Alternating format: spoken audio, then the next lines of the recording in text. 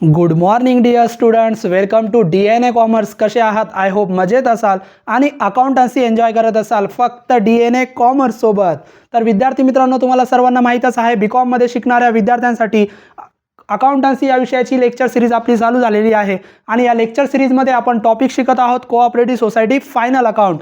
Cooperative society final अकाउंटचे प्रॉब्लेमचे lecture आपले सुरू झालेले आहे आणि आजच्या लेक्चरला देखील एक नवीन प्रॉब्लेमची प्रॅक्टिस या ठिकाणी आपण करणार आहोत. खूप महत्त्वाचा प्रॉब्लेम आहे विद्यार्थी मित्रांनो, व्हिडिओ शेवटपर्यंत बघा आणि समजून घ्या की प्रॉब्लेम आपल्याला कशा पद्धतीने सोडवायचा आहे, प्रॉब्लेम सोडवण्याची टेक्निक काय.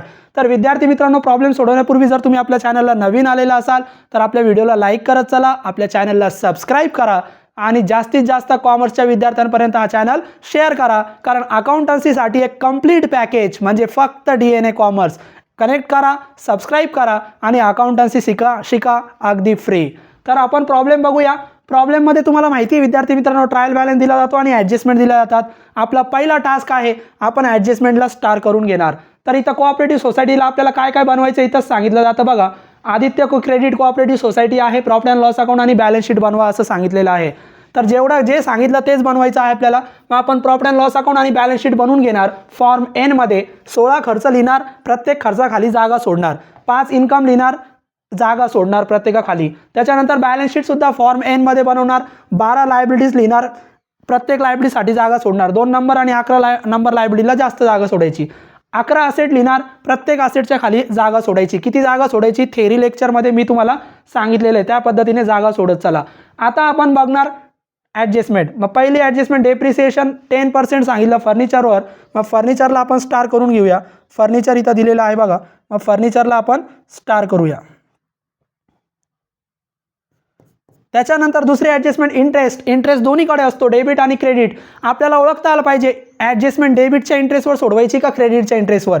तर शब्द ओळखा, डेबिटचा इंटरेस्ट म्हणजे खर्च, क्रेडिटचा इंटरेस्ट म्हणजे इन्कम. मग फक्त ओळखता आलं पाहिजे दिलेली इंटरेस्टची ॲडजस्टमेंट एक्सपेन्सेसची आहे का इन्कमची आहे.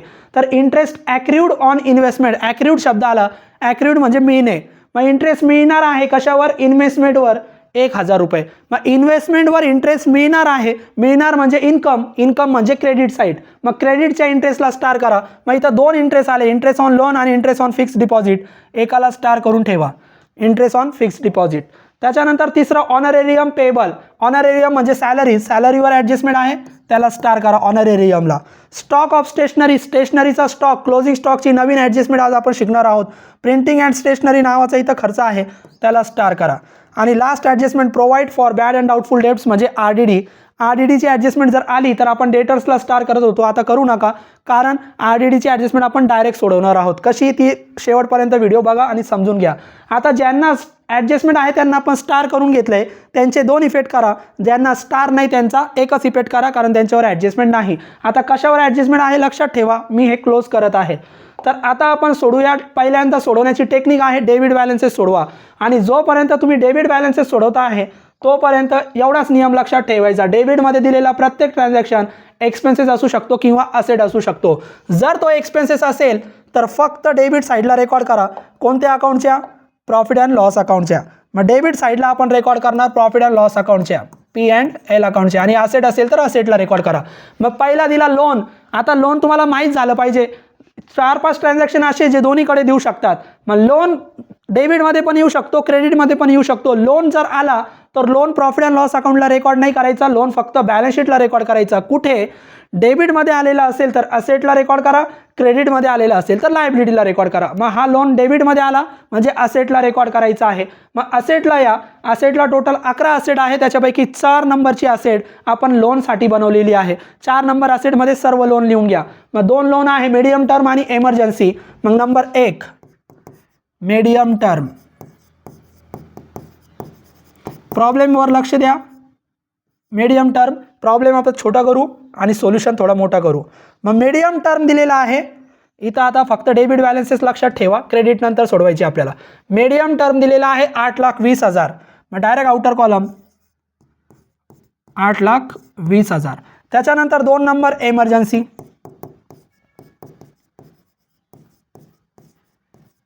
लोन डेबिटमध्ये आले तर फक्त असेटला लिहायचे. एमर्जन्सी दिला 10,000. 10,000 एकच इफेक्ट करायचा, ॲडजस्टमेंट नाही. आता आपण डेबिट बॅलन्स सोडवतोय, फक्त डेबिट बॅलन्सवर लक्ष द्या, क्रेडिट नंतर आपण बघूया. त्याच्यानंतर इन्व्हेस्टमेंट डेबिटमध्ये आलं. डेबिट म्हणजे एक्सपेन्सेस किंवा असेट. मग इतका मोठं नाव आहे investment of reserve fund in fixed deposit. मुलं कन्फ्यूज होतात. कन्फ्यूज होण्याची गरज नाही. पहिला शब्द बघा इन्व्हेस्टमेंट. इन्व्हेस्टमेंट फक्त ओळखा, एक्सपेन्सेस आहे का असेट आहे. एक्सपेन्सेस असेल तर डेबिटला लिहा, प्रॉफिट अँड लॉसचे. असेट असेल तर असेटला लिहा. मग इन्व्हेस्टमेंट आपली असेट आहे, असेटला लिहा. आणि सगळ्या इन्व्हेस्टमेंट 2 नंबरमध्ये रेकॉर्ड करायच्या. मग 2 नंबर असेटचं नाव इन्व्हेस्टमेंट आहे, त्याच्यामध्ये लिहा इन्व्हेस्टमेंट. पूर्ण नाव लिहा आता त्या ट्रान्झॅक्शनचं. Investment of reserve fund in fixed deposit. Of reserve fund in fix deposit. Investment शब्द आला, इन्व्हेस्टमेंटमध्ये आपण रेकॉर्ड केली 80,000, डायरेक्ट आउटर कॉलम. त्याच्यानंतर परत इन्व्हेस्टमेंट सांगितलं. आता इन्व्हेस्टमेंट कशामध्ये, शेअर्स ऑफ PDCC बँक. तुम्हाला लास्ट प्रॉब्लेमला पण शिकवलं. शेअर्स आपली इन्व्हेस्टमेंट आहे म्हणजे असेट आहे, कुठे रेकॉर्ड करायची, इन्व्हेस्टमेंटमध्ये. मग रेकॉर्ड करा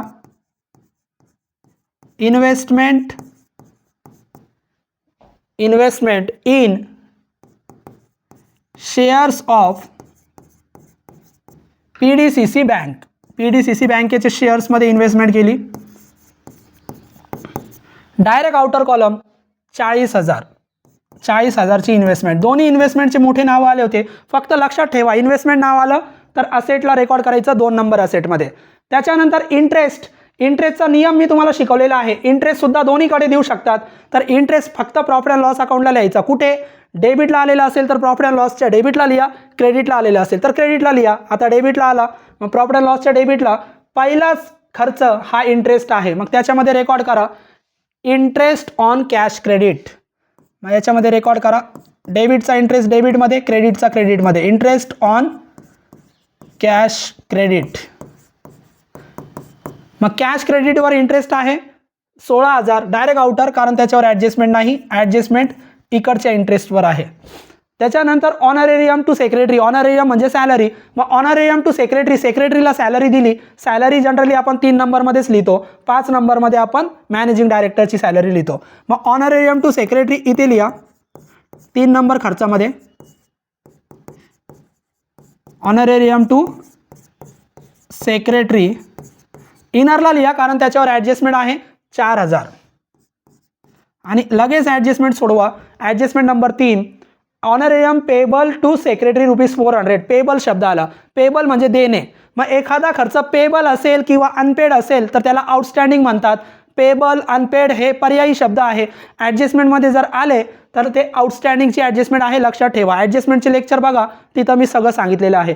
तर पेबल शब्द आला किंवा अनपेड शब्द आला तर ती आउटस्टँडिंगची ॲडजस्टमेंट होणार. आउटस्टँडिंग म्हणजे द्यायचं आहे म्हणजे पहिला इफेक्ट. आउटस्टँडिंग नेहमी ॲड करणार. मग ज्याच्यामध्ये सांगितलं त्याच्यामध्ये ॲड करा. ॲड आउटस्टँडिंग ऑनरेरियम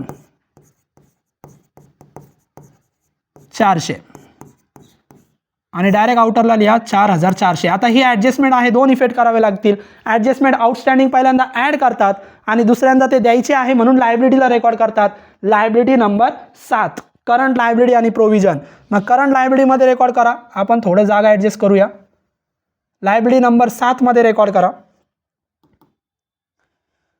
मग इथं लिहूया आपण लायबिलिटी नंबर 7 मध्ये आउटस्टँडिंग पहिल्यांदा ॲड करायचं आणि दुसऱ्यांदा लायबिलिटी नंबर 7ला लिहायचं outstanding honorarium direct outer column 400. संपला. मग आउटस्टँडिंगचे 2 इफेक्ट. आउटस्टँडिंगची ॲडजस्टमेंट नेहमी येणार. ज्या खर्चामध्ये सांगितली त्या खर्चामध्ये ॲड करा. दुसऱ्यांदा 7 नंबर लायबिलिटीला रेकॉर्ड करा. त्याच्यानंतर प्रिंटिंग अँड स्टेशनरी खर्च आहे. सर्व खर्च आपण प्रॉफिट अँड लॉस अकाउंटच्या डेबिटला लिहितो. मग प्रॉफिट अँड लॉस अकाउंटच्या डेबिटला 16 खर्च आहे, त्याच्यापैकी 10 नंबरचा खर्च सेपरेट आहे प्रिंटिंग अँड स्टेशनरी. मग आपण जागा ॲडजस्ट करू. प्रिंटिंग अँड स्टेशनरी 10 नंबरला रेकॉर्ड करा. मग 10 नंबरला आपण इथे लिहूया प्रिंटिंग अँड स्टेशनरी.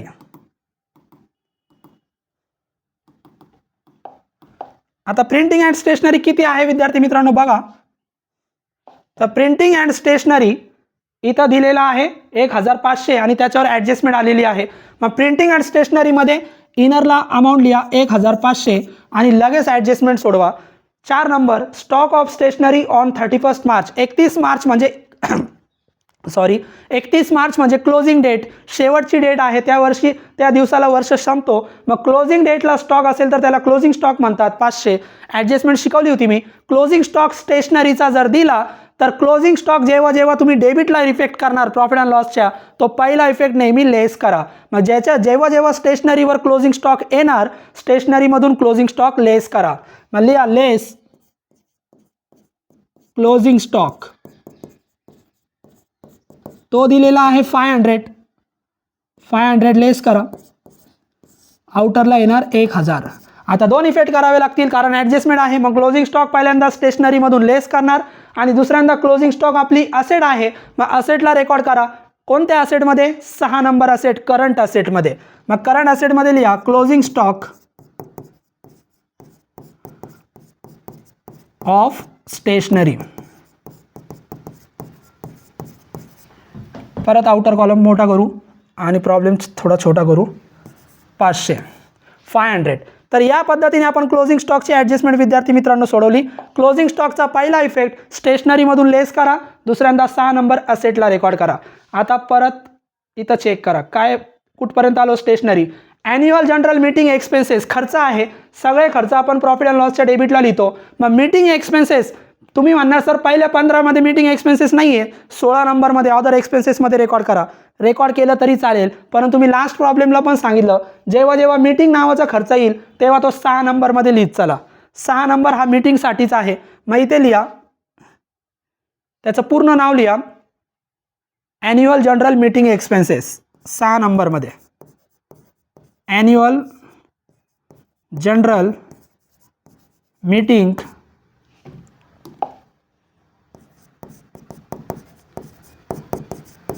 शॉर्टमध्ये एक्सपेन्सेस. मीटिंग एक्सपेन्सेस 6 नंबरमध्ये लिहित चला, तो आहे 1800. मग आपण डायरेक्ट आउटरला लिहूया 1800. मीटिंग एक्सपेन्सेस डायरेक्टरसाठी असतं तर तिथं लिहित चला. त्याच्यानंतर पोस्टेज अँड टेलिग्राम खर्च आहे, सर्व खर्च डेबिटला. सेपरेट खर्च आहे पोस्टेज अँड टेलिग्राम 9 नंबरला, मग तिथे लिहा postage and Telegram 100. Postage and Telegram direct outer column 100.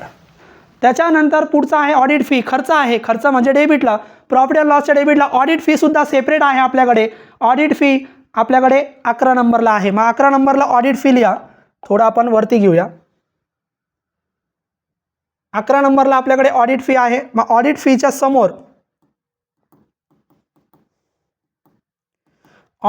समोर डायरेक्ट अमाऊंट लिहा. अमाऊंट लिहिली तरी चालेल डायरेक्ट 800.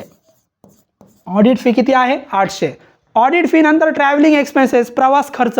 खर्च फक्त डेबिटला लिहायचे. मग ट्रॅव्हलिंग एक्सपेन्सेस आपल्याकडे 2 आहे, 6 नंबरमध्ये पण आहे, 7 मध्ये पण आहे. तर मी तुम्हाला सांगितलं ट्रॅव्हलिंग एक्सपेन्सेस आपण नेहमी 7 नंबरमध्ये स्टाफला रेकॉर्ड करणार. मग स्टाफमध्ये रेकॉर्ड करा travelling expenses. Travelling expenses direct outer column. Travelling expenses आहे 400. एकदाच इफेक्ट करायचे. जनरल एक्सपेन्सेस खर्च आहे. जनरल एक्सपेन्सेस आपण सेपरेट लिहिणार. आपल्याकडे जनरल एक्सपेन्सेस पण आहे 12 नंबरला. मग डायरेक्ट त्याचे अमाऊंट लिहून टाका 500. Direct outer column 500 general expenses. त्याच्यानंतर फर्निचर एक्सपेन्सेस नाही, आता असेट आहे. मग असेटला या. फर्निचर आपली कोणती असेट आहे? फिक्स असेट आहे. मग फिक्स असेटमध्ये लिहा फर्निचर. फर्निचर आपली फिक्स असेट आहे. इनरला लिहा कारण त्याच्यावर ॲडजस्टमेंट आहे. फर्निचरची अमाऊंट दिलेली आहे विद्यार्थी मित्रांनो 3000. मग इनरला लिहा 3000. लगेच ॲडजस्टमेंट सोडवा. ॲडजस्टमेंट पहिलीच डेप्रिसिएशन सांगितलं 10%. डेप्रिसिएशनमुळे असेटची व्हॅल्यू कमी होत असते, म्हणून डेप्रिसिएशनचा पहिला इफेक्ट ज्या असेटवर सांगितलं त्याच्यातून लेस करा. मग डेप्रिसिएशन लेस करा. लेस किती टक्के सांगितलं? 10% डेप्रिसिएशन. 10% डेप्रिसिएशन. 10% म्हणजे 1 0 कट करा. 1 0 कट म्हणजे 300. तसं पण तुम्हाला कॅल्क्युलेटर अलाउड आहे, कॅल्क्युलेटर वापरा. आउटरला शिल्लक राहणार 2700. आता 2 इफेक्ट करावे लागतील. डेप्रिसिएशन पहिल्यांदा असेटमधून लेस करा, दुसऱ्यांदा प्रॉफिट अँड लॉसच्या डेबिटला रेकॉर्ड करा. सेपरेट डेप्रिसिएशन आहे आपल्याकडे 14 नंबरला. मग 14 नंबरला आपण थोडं वरती घेऊ आणि 14 नंबरमध्ये रेकॉर्ड करूया. 14 नंबर बघा. 14 नंबर इथं आहे आपल्याकडे. 14 नंबरमध्ये इथं तुम्ही रेकॉर्ड करा. डेप्रिसिएशनमध्ये depreciation on furniture, direct outer column किती काढलं होतं डेप्रिसिएशन 300. मग जेवढं डेप्रिसिएशन काढलं तेवढं 14 नंबरमध्ये लिहा. पहिल्यांदा लेस करा 300 आणि दुसऱ्यांदा प्रॉफिट अँड लॉसच्या डेबिटला 14 नंबर खर्चामध्ये डेप्रिसिएशन रेकॉर्ड करा. संपलं. फर्निचर नंतर ॲडव्हर्टाइजमेंट खर्च आहे. मग खर्च आपण लिहितो प्रॉफिट अँड लॉसच्या डेबिटला. प्रॉफिट अँड लॉसच्या डेबिटला पहिल्या 15मध्ये ॲडव्हर्टाइजमेंट नाहीच आहे. पहिल्या 15मध्ये ॲडव्हर्टाइजमेंट नाही. मग मी तुम्हाला सांगितलेलं आहे पहिल्या 15मध्ये जर एखादा खर्च नसेल तर तो खर्च डायरेक्ट 16 नंबर अदर एक्सपेन्सेसमध्ये रेकॉर्ड करा. मग शेवटी अदर एक्सपेन्सेस आपल्याकडे आहे तिथं आपण रेकॉर्ड करूया अदर एक्सपेन्सेसमध्ये. मग अदर एक्सपेन्सेसमध्ये या.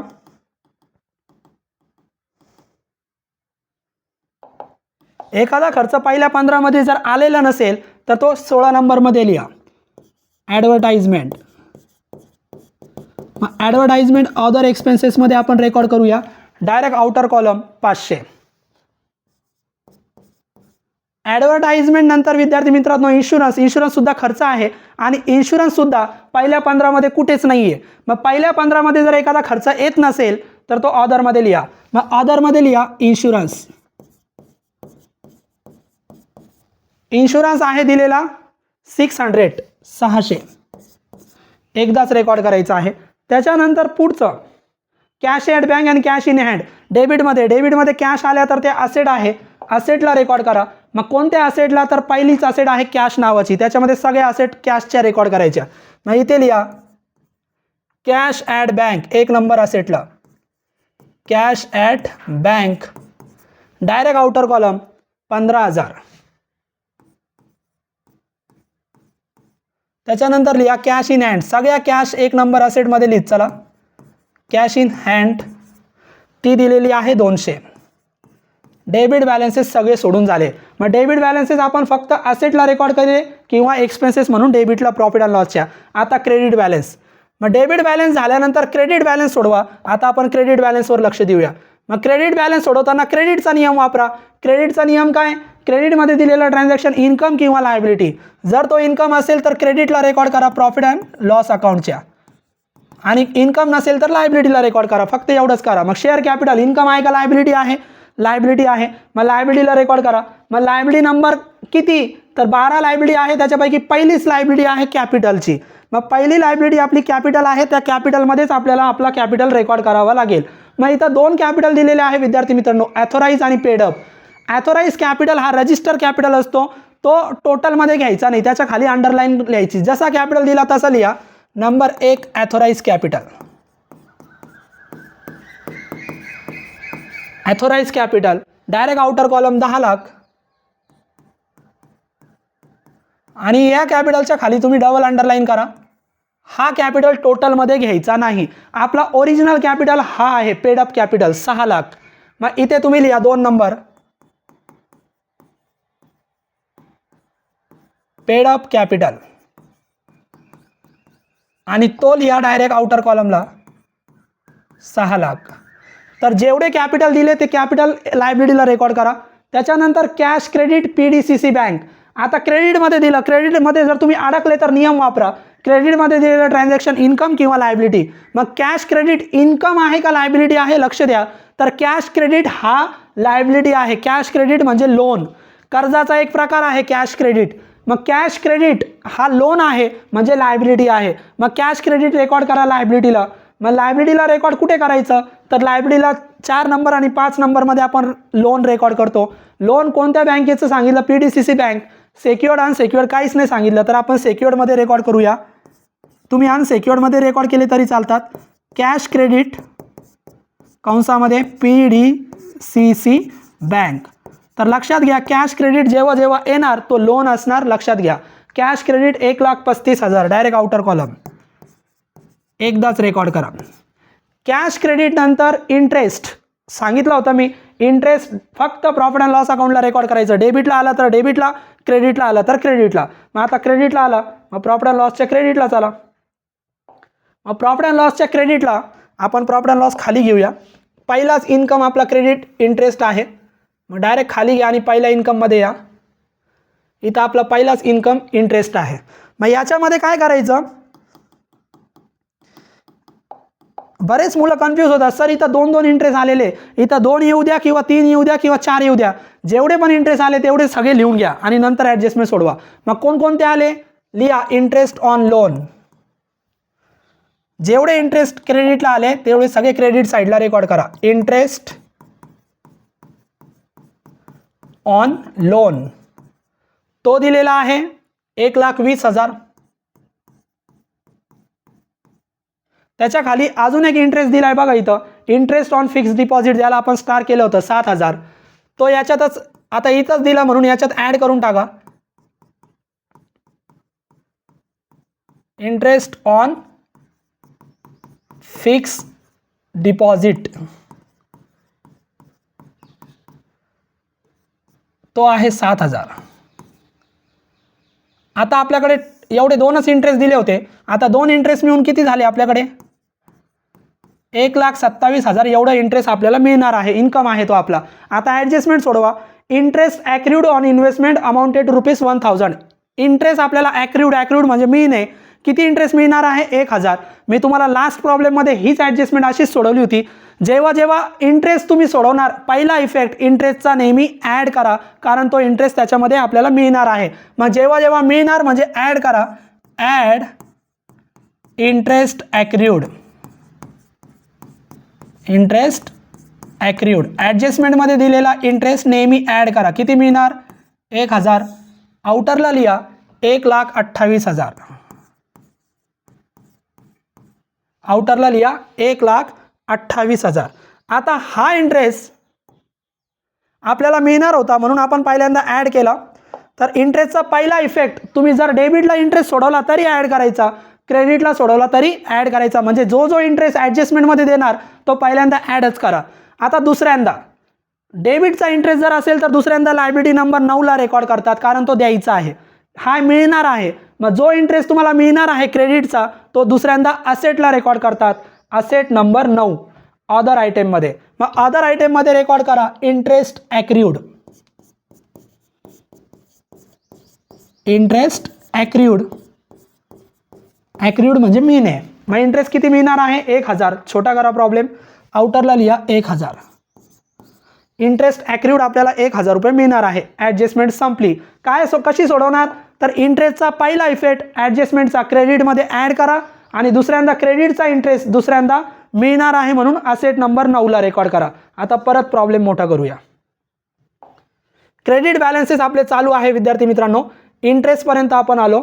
त्याच्यानंतर सेल ऑफ लोन फॉर्म क्रेडिटमध्ये दिला, क्रेडिट म्हणजे क्रेडिटचा नियम वापरा, इन्कम किंवा लायबिलिटी. मग सेल इन्कम आहे का लायबिलिटी आहे, सेल इन्कम आहे. मग जेवढे पण इन्कम असतील ते प्रॉफिट अँड लॉसच्या क्रेडिटला रेकॉर्ड करा. मग चला प्रॉफिट अँड लॉसच्या क्रेडिटला. मग सेल ऑफ लोन फॉर्म इथं सेपरेट इन्कम आहे बघा मिसलेनियसमध्ये, सेल ऑफ फॉर्म. मग सेल ऑफ फॉर्ममध्ये लिहायचे कितीचे फॉर्म सेल केले 200 रुपयाचे. मग डायरेक्ट आउटरला लिहा sale of loan form, sale of फॉर्मच्या पुढे 200. त्याच्यानंतर डिव्हिडंड ऑन शेअर्स, डिव्हिडंड क्रेडिटला आला, क्रेडिटला आलेला ट्रान्झॅक्शन इन्कम किंवा लायबिलिटी. मग डिव्हिडंड इन्कम आहे का लायबिलिटी आहे, तर लक्षात घ्या क्रेडिटला जो डिव्हिडंड येतो तो आपला इन्कम आहे. मग इन्कम म्हणून कुठे रेकॉर्ड करणार, इन्कम म्हणजे आपण रेकॉर्ड करणार क्रेडिटला. मग डिव्हिडंड नावाचा सेपरेट इन्कम आहे तर आपण रेकॉर्ड करूया dividend on shares, direct dividend on shares. इथे तुम्ही असं लिहा डिव्हिडंड ऑन शेअर्स किती 4,000, डायरेक्ट आउटर कॉलम 4,000. तर जेव्हा जेव्हा डिव्हिडंड क्रेडिटला येणार तो इन्कम असणार, इन्कम म्हणजे प्रॉफिट अँड लॉसच्या क्रेडिटला. मग 2 नंबरचा इन्कम डिव्हिडंड आहे. त्याच्यानंतर इंटरेस्ट झालं आपलं. डिव्हिडंड इक्वलायझेशन फंड, क्रेडिटमध्ये 2 शब्द मी सांगितले होते. क्रेडिटमध्ये जेव्हा जेव्हा फंड शब्द येणार किंवा रिझर्व शब्द येणार तेव्हा तो रिझर्व किंवा तो फंड आपली लायबिलिटी आहे, ते सर्व लायबिलिटीमध्ये रेकॉर्ड करा. आणि कोणत्या लायबिलिटीमध्ये, लायबिलिटी नंबर 2. मग लायबिलिटी नंबर 2ची सुरुवात तर रिझर्व फंडने होते, मग सुरुवातीला लिहा रिझर्व फंड. लायबिलिटी नंबर 2ची सुरुवात नेहमी रिझर्व फंडने करायची. याच्या खाली एक लाईन सोडा, आपल्याला कंपल्सरी 25% ट्रान्सफर करायचे. आणि आत्ता नाव लिहा डिव्हिडंड इक्वलायझेशन फंड, एक लाईन सोडून डिव्हिडंड इक्वलायझेशन फंड. सर्व फंड आणि सर्व रिझर्व 2 नंबर लायबिलिटीमध्ये रेकॉर्ड करा 10,000, डायरेक्ट आउटर कॉलम. त्याच्यानंतर रिझर्व्ह फंड आपण 2 नंबर लायबिलिटीला लिहिलेला आहे 80,000 इनरला लिहा, कारण त्याच्यावर आपल्याला ॲडजस्टमेंट इथं दिली नाही तरी सोडवायची आहे. Reserve fund. त्याच्यानंतर कॉमन गुड फंड, परत फंड शब्द आला. जेवढे पण फंड आणि जेवढे पण रिझर्व्ह असतील ते फक्त लायबिलिटी नंबर 2ला रेकॉर्ड करायचे. मग रेकॉर्ड करा common good fund. Common good fund आणि कॉमन गुड फंड आहे 5,000, direct outer column 5,000. Common good fund नंतर बिल्डिंग फंड, सर्व फंड लायबिलिटी म्हणून रेकॉर्ड करा 2 नंबर लायबिलिटी. बिल्डिंग फंड, मग बिल्डिंग फंड सुद्धा लायबिलिटी आहे. सर्व फंड इथं 2 नंबर लायबिलिटीमध्ये रेकॉर्ड करा 10,000. त्याच्यानंतर प्रॉफिट बॅलन्स दिला, प्रॉफिटचा 2023-24. काय करायचं मी तुम्हाला सांगितलं होतं. 2 ट्रान्झॅक्शन असे आहे जे जर ट्रायल बॅलन्समध्ये जर आले तर त्याला नियम वापरायचा नाही. ते 2 ट्रान्झॅक्शन आहे डिव्हिडंड पेड आणि प्रॉफिट अँड लॉस. हा दिला जाईल डेबिटला आणि हा दिला जाईल क्रेडिटला. या 2 ट्रान्झॅक्शनला नियम वापरायचा नाही. हे दोन्ही पण ट्रान्झॅक्शन फक्त लायबिलिटीला रेकॉर्ड करायचे. डिव्हिडंड पेड जर इकडं डेबिटला आला तर 8 नंबर लायबिलिटीला रेकॉर्ड करा. इथं डिव्हिडंड नाहीच आहे, ॲडजस्टमेंट पण नाही आहे. आणि प्रॉफिट अँड लॉस जो दिला जातो ट्रायल बॅलन्सचा तो लास्ट इयर प्रॉफिट असतो, मागच्या वर्षाचा, तो profit and loss direct 11 number लायबिलिटीला रेकॉर्ड करा. मग चला 11 नंबर लायबिलिटीला ट्रायल बॅलन्सचा जो काही प्रॉफिट असेल तो 11 नंबर लायबिलिटीला रेकॉर्ड करायचा आहे. लक्षात ठेवा 11 नंबर लायबिलिटीची सुरुवातच प्रॉफिटने होते. कोणत्या प्रॉफिटने? ट्रायल बॅलन्सच्या प्रॉफिटने. मग ट्रायल बॅलन्सच्या प्रॉफिटने आपण सुरुवात करूया. मग इथं 11 नंबर लायबिलिटीमध्ये लिहा बॅलन्स प्रॉफिट 2023-24. प्रॉफिट 2023-24 मागच्या वर्षाचा प्रॉफिट आहे तो किती दिला? 23,200. इनरला लिहा. ट्रायल बॅलन्सचा प्रॉफिट नेहमी 11 नंबर लायबिलिटीच्या सुरुवातीला लिहायचं. ट्रायल बॅलन्स संपला. आता ट्रायल बॅलन्स संपला, ॲडजस्टमेंट चेक करा कोणकोणत्या बाकी आहे. डेप्रिसिएशन झालं, इंटरेस्ट पण झालं, ऑनरेरियम पण झालं, स्टॉकची पण झाली, provide bad and doubtful debts, RDDची ॲडजस्टमेंट बाकी आहे. 5 नंबरची ॲडजस्टमेंट कशी सोडवायची? तर लक्षात घ्या RDDचे 2 इफेक्ट काय करायचे. RDDचा पहिला इफेक्ट प्रॉफिट अँड लॉसच्या डेबिटला रेकॉर्ड करा. डेबिटला टोटल 16 खर्च आहे, त्याच्यापैकी 13 नंबरचा खर्च आपल्याकडे सेपरेट आहे बॅड डेट्स. बॅड डेट्स नावाचा खर्च तुम्हाला 13 नंबरला आहे, बघा आपण बनवलेला आहे 13 नंबरला. मग इथं 13 नंबरला आपल्याकडे बॅड डेट्स आहे. जेव्हा RDD येणार तेव्हा 13 नंबरमध्ये रेकॉर्ड करा. मग पहिला इफेक्ट 13 नंबर खर्चामध्ये रेकॉर्ड करा RDD. किती आहे RDD? 500, direct outer column. आणि दुसरा इफेक्ट प्रॉफिट अँड लॉसच्या डेबिटला 13 नंबरमध्ये रेकॉर्ड करा आणि दुसऱ्यांदा बॅलन्स शीटला रेकॉर्ड करा. बरेच मुलं आपण असेटला रेकॉर्ड करतो, डेटर्समधून वजा करतो. डेटर्सच नाही आहे. मग तुम्हाला मी सांगितलेलं आहे डेटर्स ऐवजी डायरेक्ट लायबिलिटी नंबर 2 मध्ये इफेक्ट करा आणि लायबिलिटी नंबर 2ला RDD रेकॉर्ड करा. मग लायबिलिटी नंबर 2, लायबिलिटी नंबर 2 इथं आहे आपली. इथं आपण लिहूया लायबिलिटी नंबर 2 मध्ये RDD. मग RDDचे 2 इफेक्ट काय विद्यार्थी मित्रांनो? RDDचा पहिला इफेक्ट प्रॉफिट अँड लॉस अकाउंटच्या डेबिटला 13 नंबरमध्ये रेकॉर्ड करा बॅड डेट्समध्ये RDD, आणि दुसऱ्यांदा ती RDD 2 नंबर लायबिलिटीमध्ये रेकॉर्ड करा. इथं 2 नंबर लायबिलिटीमध्ये आपण रेकॉर्ड करूया RDD. Direct outer column 500. संपलं. RDDची ॲडजस्टमेंट संपली. RDDचा पहिला इफेक्ट प्रॉफिट अँड लॉसच्या डेबिटला जा 13 नंबरमध्ये रेकॉर्ड करा बॅड डेट्समध्ये, आणि दुसऱ्यांदा 2 नंबर लायबिलिटीला RDD रेकॉर्ड करा. संपलं. या ॲडजस्टमेंट संपल्या. या व्यतिरिक्त एक ॲडजस्टमेंट आपल्याला 100% कंपल्सरी सोडवावी लागेल आणि ती आहे ट्रान्सफर टू रिझर्व्ह फंड. शेवटी आपल्याला 25% प्रॉफिट रिझर्व्ह फंडला ट्रान्सफर करावा लागतो. मग 25% कशाचे काढायचे? तर मी तुम्हाला लास्ट प्रॉब्लेमला पण शिकवलं, ॲडजस्टमेंटच्या लेक्चरला पण शिकवलं. लक्षात ठेवा 25% नेहमी ट्रायल बॅलन्सच्या प्रॉफिटवर काढायचे. 25% नेहमी ट्रायल बॅलन्सच्या प्रॉफिटवर काढायचे. मग काढा, कॅल्क्युलेटर तुम्हाला अलाउड आहे. मग 23,200 गुणिले 25%, 5,800. किती येतं उत्तर? 5,800. आता हा आलेला प्रॉफिट कुठे रेकॉर्ड करायचा? तर हा आलेला प्रॉफिट, थोडी जागा ॲडजस्ट करूया. 23,200 वर आपण 25% प्रॉफिट घेणार. तो आला 5,800. काढून बघा. जेवढे 25% आले ते रिझर्व्ह फंडला ट्रान्सफर करा. रिझर्व्ह फंड कुठे असतात? 2 नंबर लायबिलिटीला पहिल्यांदा ॲड करा रिझर्व्ह फंडमध्ये, कारण ते ट्रान्सफर करायचे आहे.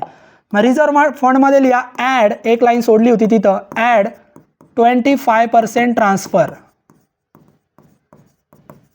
आणि ते आले आपले 5,800. आउटरला लिहा टोटल आली 85,800. आता रिझर्व्ह फंडला जेव्हा 25% ट्रान्सफर करणार, याचे 2 इफेक्ट फक्त लायबिलिटीला करायचे. मग एक इफेक्ट जर ॲड झाला तर दुसरा लेस करायचा, आणि लेस आपण कुठे करणार? 11 नंबर लायबिलिटीमध्ये. मग चला 11 नंबर लायबिलिटीला आपण लेस करूया. मग इथं आपण 11 नंबर लायबिलिटी लिहिली बघा. 11 नंबर लायबिलिटीमध्ये इथं लिहायचं, 11 नंबर लायबिलिटीमध्ये लिहा लेस 25% रिझर्व्ह फंड, वजा करा 5,800. संपलं. मग रिझर्व्ह फंडची ॲडजस्टमेंट कशी सोडवली विद्यार्थी मित्रांनो आपण? तर रिझर्व्ह फंडची ॲडजस्टमेंट आपण सोडवली 5,005 व्यवस्थित लिहूया आपण. रिझर्व्ह फंडची ॲडजस्टमेंट 25% काढा प्रॉफिटवर ट्रायल बॅलन्सच्या, ते आले 5,800. त्याचे 2 इफेक्ट फक्त लायबिलिटीला करा. 2 नंबर लायबिलिटीमध्ये रिझर्व्ह फंडमध्ये ॲड करा आणि 11 नंबर लायबिलिटीमध्ये लेस करा. प्रॉब्लेम संपला. आता 11 नंबर लायबिलिटी किती शिल्लक राहिली? मग 23,200 मधून 5,800 वजा होतील 17,400. इनरलाच लिहा. आणि आता profit and loss account close करा. चला प्रॉफिट अँड लॉस अकाउंटला. मग प्रॉफिट अँड लॉस अकाउंटची डेबिट आणि क्रेडिट साईड आपण बघूया आणि चेक करूया. चेक जर केला विद्यार्थी मित्रांनो तर क्रेडिट जास्त आहे, तर तुमच्याकडे प्रॉब्लेम सोडवलेला आहे. तुम्ही टोटल करा. प्रॉफिट अँड लॉस अकाउंटची क्रेडिट साईडची टोटल किती येते? मग तुम्ही प्रॉफिट अँड लॉस अकाउंटची क्रेडिट साईडची जर टोटल केली तर ती व्यवस्थित करून बघा. कॅल्क्युलेटर तुम्हाला अलाउड आहे. ती टोटल येते विद्यार्थी मित्रांनो 1,32,200. तर इथं मी टोटल लिहितोय. क्रेडिटची टोटल आली 1,32,200. आता 30 टोटल डेबिटला लिहा 1,32,200. आणि या टोटलमधून डेबिटच्या टोटल अमाऊंट वजा करा आउटर कॉलमच्या. वजा केल्यानंतर तुम्हाला डिफरन्स मिळणार, आणि तो डिफरन्स आपल्याला मिळतोय आहे, तो डिफरन्स आपल्याला इथं मिळणार 1,05,300. डिफरन्स आपल्याला मिळणार 1,05,300. आता हा डिफरन्स डेबिटला आला, याला नाव द्या net profit. To net profit. मग प्रॉफिट अँड लॉस अकाउंटला एकतर नेट प्रॉफिट येणार किंवा नेट लॉस येणार. जो काही डिफरन्स आला तो 11 नंबर लायबिलिटीमध्ये ट्रान्सफर करा. नेट प्रॉफिट आला तर ॲड करा, नेट लॉस आला तर लेस करा. चला 11 नंबर लायबिलिटीला. मग 11 नंबर लायबिलिटीला लिहा ॲड करा, कारण नेट प्रॉफिट आहे. नेट प्रॉफिट आणि ॲड करा. किती होता तो? तर तो नेट प्रॉफिट होता 1,05,300. मग इथं लिहा ॲड 1,05,300. आणि आता 11 नंबर लायबिलिटी क्लोज करा. प्रॉफिट अँड लॉस अकाउंटचा फरक एकदा ट्रान्सफर झाल्यानंतर 11 नंबर लायबिलिटी क्लोज करा. याच्यामध्ये ॲड करा 1,05,300. टोटल येणार 1,22,700. आउटरला लिहा 1,22,700. आणि एकदा 11 नंबर लायबिलिटी क्लोज झाली तर त्याच्यानंतर तुम्ही बॅलन्स शीट टॅली करून टाका. बॅलन्स शीट तुमचा टॅली झाला पाहिजे विद्यार्थी मित्रांनो. लायबिलिटी आणि असेट चेक करा. आपण थोडी वरती घेऊया. मग तुम्ही बॅलन्स शीट टॅली करून टाका, आणि तुमचा बॅलन्स शीट टॅली होतोय, बॅलन्स शीट टॅली होतोय 9,69,400. त्याची टॅली करून बघा. बॅलन्स शीट टॅली होतोय 9,69,400. आता 30 टोटल इकडे असेटला पण लिहा. 9,69,400ला आपला बॅलन्स शीट टॅली होतोय. तर जो काही नेट प्रॉफिट नेट लॉस आला तो 11 नंबर लायबिलिटीमध्ये ट्रान्सफर करा. त्याच्यानंतर 11 नंबर लायबिलिटी क्लोज करा आणि बॅलन्स शीट टॅली करून टाका. बॅलन्स शीटची टॅली अमाऊंट आहे 9,69,400. या पद्धतीने आपण प्रॉब्लेम सोडू शकतो विद्यार्थी मित्रांनो. प्रॉब्लेम खूप सोपे असतात, फक्त तुम्हाला व्यवस्थितपणे सोडवता आले पाहिजे. आणि शेवटी एक ॲडजस्टमेंट सोडवायची आहे. त्या ॲडजस्टमेंटचं नाव आहे 25% ट्रान्सफर टू रिझर्व्ह फंड. तर आय होप आजचा प्रॉब्लेम तुम्हाला समजलेला असेल. प्रॉब्लेम समजलेला असेल तर व्हिडिओला लाईक करा आणि आपल्या चॅनलला जास्तीत जास्त शेअर करा. पुढच्या लेक्चरला एक परत नवीन प्रॉब्लेम शिकूया. थँक्यू.